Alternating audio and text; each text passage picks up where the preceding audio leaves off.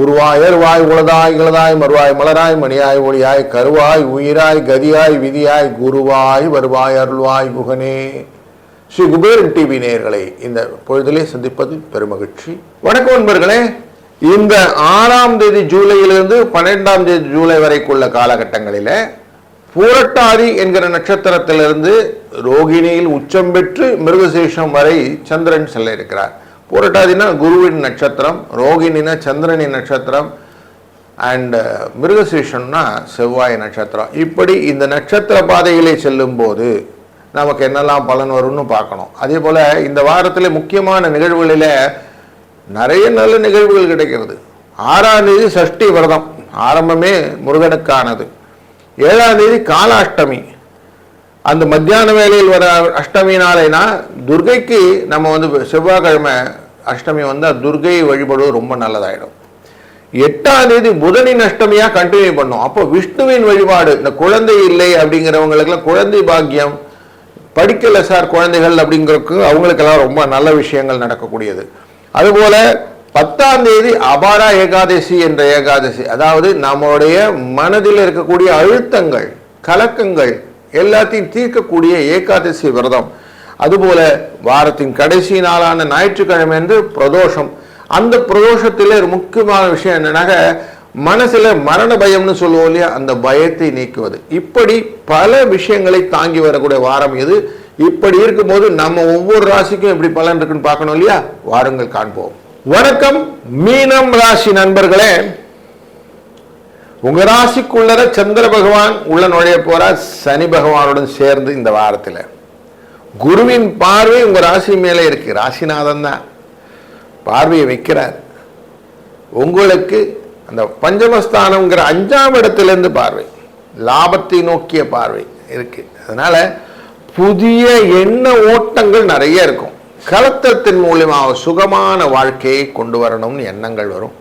அவங்களுக்கு என்னெல்லாம் ஐடியாஸ் இருக்கோ அதெல்லாம் கேபிட்டலைஸ் பண்ணிக்கணுங்கிற எண்ணங்கள், தாமதப்பட்டாலும் நல்லது நடக்கும் அப்படிங்கிற எண்ணங்கள், கூட்டாளியோட கூடிய தொழில்களிலே நல்ல ஒரு ஐடியாஸோடு சேர்ந்த விருத்தியான வாய்ப்புகள், வளர்ச்சிக்கான எண்ண ஓட்டங்கள் முதல்ல இருக்கும்.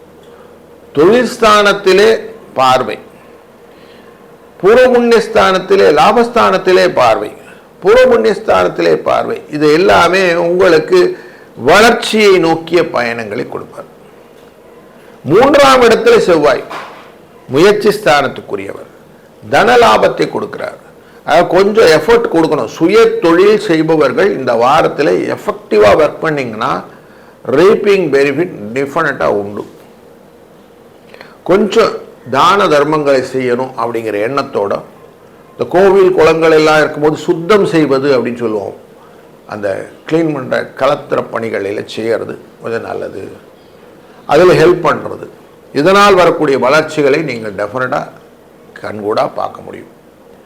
5ஆம் இடத்திலே வக்கரகதியிலே புதன் இருக்கிறார். அதனால் அவசரப்பட்டு ஆத்திரப்பட்டு ஏதாவது வார்த்தைகளை விடுறது அவமானத்தை கொடுக்கும். ஜாக்கிரதையா இருங்க. தேவையில்லாத வார்த்தை வேண்டாம். வக்கரகதியில் இருப்பவர் 4ஆம் இடத்துக்குள்ள நுழைய 9ஆம் தேதி அன்னைக்கு 4ஆம் இடத்துல வந்துடுவார். சூரியனோட சேர்ந்துப்பார். பக்தி நிறைய மனசுல இருக்கணும். உடல் அசதி இருக்கக்கூடிய காலகட்டங்கள் உண்டு. அதனால பக்தியோட எல்லாத்தையும் அட்டன் பண்ணுங்க. உங்களுக்கு தொழில் முறையிலே நல்ல வளர்ச்சி, சம்பள உயர்வு வேணும், கூடுதலா லாபங்கள் வேணும், அடுத்தடுத்த இடத்துல நான் வளரணும் அப்படின்லாம் என்ன இருந்தா இந்த வாரம் அதெல்லாத்தையும் நீங்க ட்ரை பண்ணுங்க. உங்களுக்கான வாழ்க்கையில் முன்னேற்றங்கள் டெஃபரண்டா இருக்கு. சுக்கிர பகவான் 6ஆம் இடத்துல உட்கார்ந்து இருக்கிறார். உங்க ராசியின் 6ஆம் இடம் அப்படிங்கனாலே மனசுல கவலை கொடுத்து விடும். எந்த விதமான குழப்பங்களும் வரும். கேது இருக்கிறதுனால பண தொடர்பான விஷயத்துல நிறைய சிக்கல்கள் உண்டாகும். அதனால கொஞ்சம் கேர்ஃபுல்லாகும். எப்படி பிரிச்சு பார்த்து லாபத்தை கொண்டு வரணும்னு எண்ணத்தையும் கொண்டு வரணும். கொஞ்சம் ஒர்க் பண்ணணும். ஜஸ்ட் லைக் தட் கொடுக்குற தெய்வம் குதிரையை பிடிச்சி கொட்டோம்லாம் யோசிக்கக்கூடாது. கராராக இருக்கணும்.